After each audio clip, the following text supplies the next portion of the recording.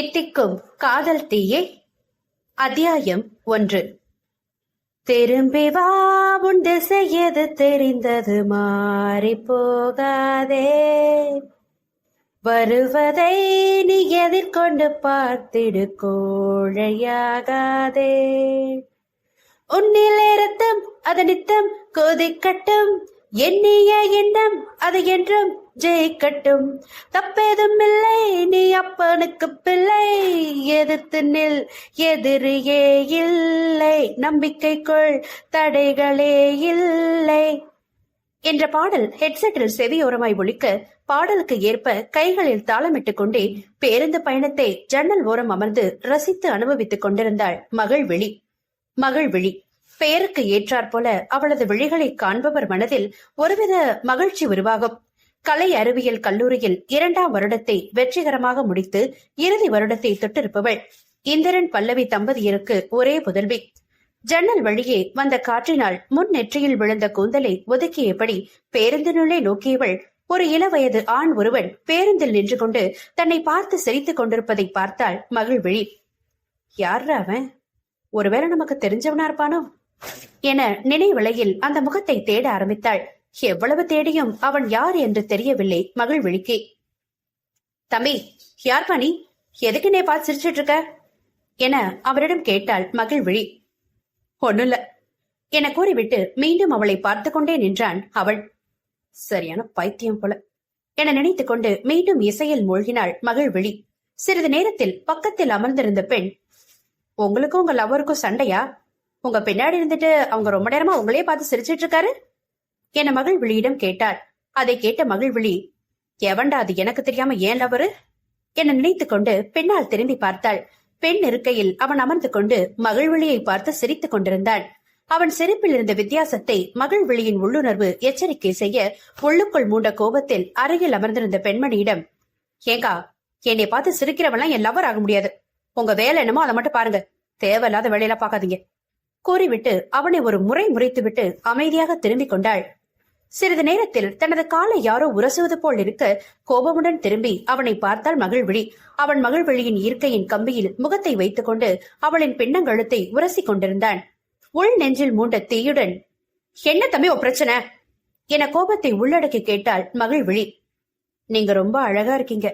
அவன், அப்படியா, ஒரு நிமிஷம் இருங்க என கூறிவிட்டு தனது நண்பன் உதயனுக்கு போன் பண்ணினாள் மகிழ்விழி.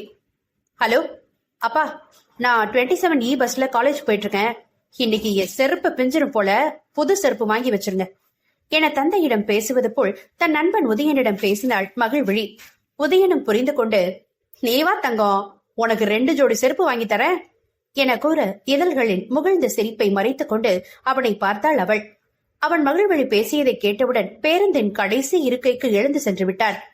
அப்பாடா என நிம்மதி பெருமூச்சு விட்டுக் கொண்டு, எங்கப்பா இருக்கீங்க என தந்தையிடம் பேசுவது போல் தன் நண்பனிடம் தொடர்ந்தாள் மகி. என்னடி ஓவர் கூட்டமா? காலேஜ் பஸ்ல உனக்கு தான் வெயிட் பண்ணிட்டு இருக்கேன் என்றான் உதயன். செம்ம கூட்டம்பா, இதுல அப்பப்ப அந்த கொசு தொல்லை வேற என்றவாறு பின்னால் என்று அவனை திரும்பி பார்க்க அவனோ அசையும் மகியின் இதழ்களையே உற்று நோக்கி கொண்டிருந்தான். சரி சரி, பாது பத்திரமா வா. அவன் தன்னையே பார்ப்பதை கண்ட மகி மிகுந்த கோபத்தில், இவனுங்க முன்ன பின்ன பொண்ண பார்த்திருக்கானுங்களா இல்லையா சை என தன் நண்பனிடம் ஆதங்கப்பட்டாள் மகி. அட விடடி, கண்டவனுக்குலாம் நீ டென்ஷன் ஆயிட்டு இருக்காத. நான் நார்மலா இருந்தாலும் இவனுங்க இருக்க விட மாட்டானுங்க போல. செருப்படி வாங்கினாதான் சரி வருவான் போலடா. ஐய, இது என்ன காதலே இவ்வளவு டென்ஷன் ஆகுற? வேற என்ன பண்ண சொல்ற? இந்த மாதிரி கிறுக்கனெல்லாம் பாக்குறப்ப அப்படியே அவன் முட்டிய புடிச்சு ஆட்டி அவன் சில்லு முக்க செல்லு செல்லா பொட்டைக்கணும் போல வெறி வருது. சரி சரி விடுடி என்றான் உதயன். உனக்கு என்னப்பா, ஈஸியா சொல்லுவ, நீயும் அதே எண்ணம் தானே. அடடா ஏ எருமை, சி ஆரம்ப ஃப்ரெண்டு இன்னைக்கு ரொம்ப டென்ஷன் ஆகுறாளே. எதுவா இருந்தாலும் நிதானமா ஸ்மார்ட்டா மூவ் பண்ற என் ஃப்ரெண்டுக்கு இன்னைக்கு என்ன ஆச்சு? அதை கேட்டு அமைதியாக இருந்தாள் மகி. என்ன சத்தத்தையே காணோம்? ரொம்ப டென்ஷன் ஆயிட்டேனா?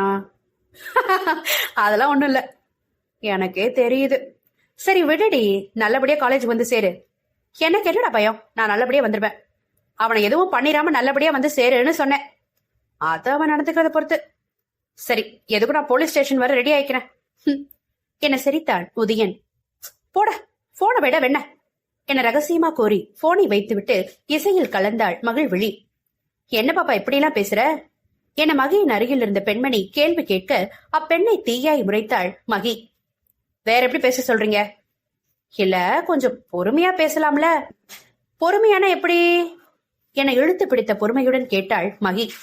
அவன் என்னமோ பண்ணிட்டு போறான், நாம பொறுத்துக்கிட்டு நம்ம வேலையை பார்த்துட்டு போக வேண்டியதானே? அந்த பெண் அப்படி கூறினாள். இப்படி இந்த மாதிரி கேவலமான ஜீவன் பண்ற சின்ன சின்ன செல்மிசத்தை பொறுத்துதான் அவன் பச்சை குழந்தைய கூட விட்டு வைக்காம வெறி எடுத்து திரியினான். என்ன டேஷுக்கு நம்ம பொறுமையா இருக்கணும்? அவன் நம்மள உரசுறப்ப அவன் கைய ஒட்டச்சு அவன் கையிலேயே கொடுக்கணும். அப்பதான் அவனுக்கு எல்லாம் புத்தி வரும். மகி எவ்வாறு கூறியதும் அத்துடன் தன் வாயை மூடிக்கொண்டார் அப்பெண்மணி. சிறிது நேரத்தில் தான் இறங்க வேண்டிய இடம் வந்ததும் எழுந்து படியின் அருகே நின்று கொண்டு அவனை யதார்த்தமாக பார்க்க அவனும் மகிழ்விழியை பார்த்து கொண்டே கண்ணடித்து பறக்கும் முத்தத்தை பறக்க விட, நீ சரிப்பட்டு வரமாட்ட செத்தடா நீ என நினைத்துக் கொண்டு தனது கல்லூரி பையில் வைத்திருந்த மெல்லிய பிளேடை கையில் எடுத்துக் கொண்டாள். கூட்ட நெரிசலில் இறங்குகிற போது அவனின் கையில் பிளேடை வைத்து நன்றாக ஒரு இழு இழுத்துவிட்டு தன் செருப்பில் ரெடிமேடாக வைத்திருந்த குண்டூசியால் அவனது காலை மிதித்தெடுத்தாள் மகிழ்விழி. இனி நீ எந்தெந்த பொண்ணை தப்பா பார்த்தாலோ இந்த காயந்தாண்ட உனக்கு ஞாபகம் வரணும் என விழிகளில் ரௌத்திரம் என்ன மீண்டும் குண்டூசியால் அவனது காலை பதம் பார்த்துவிட்டு பேருந்தை விட்டு இறங்கினாள் மகிழ்விழி. வழியில் கத்தவும் முடியாமல் பல்லை கடித்து வழியை பொறுத்து கொண்டு மகிழ்விழியின் பின்னே இறங்கி, ஏங்க ஒரு நிமிஷம் என அவளை அழைத்தான். மகிழ்விழி நின்று திரும்பி, என்ன வாங்கினது பத்தலையா என்றாள். சாரிங்க, இனி இப்படி பண்ண மாட்டேன். அண்ட் ஒரு சின்ன அட்வைஸ், இதெல்லாம் இந்த வயசுல சாதாரணம். நீங்க இந்த மாதிரி சின்ன சின்ன விஷயத்துக்கெல்லாம் ஓவரா பொங்காதீங்க. உங்களை கல்யாணம் பண்ணிக்க போற புண்ணியமா ரொம்ப பாவம் என்றான் அவன். ஓ, பெர்மிஷன் இல்லாம ஒரு பொண்ணை டச் பண்றதெல்லாம் சாதாரணமா? உன் வீட்டு பொண்ணை என் வீட்டு பசங்களை வச்சு இப்படி தொட சொல்லிட்டா? அண்ட் என்ன கல்யாணம் பண்ணிக்க போறவரை பத்தி நீங்க கவலைப்பட வேண்டாம். டிஸ்கஸ்டிங், கெட் லாஸ்ட், இல்ல செருப்பாலே அடி வாங்குவேன்.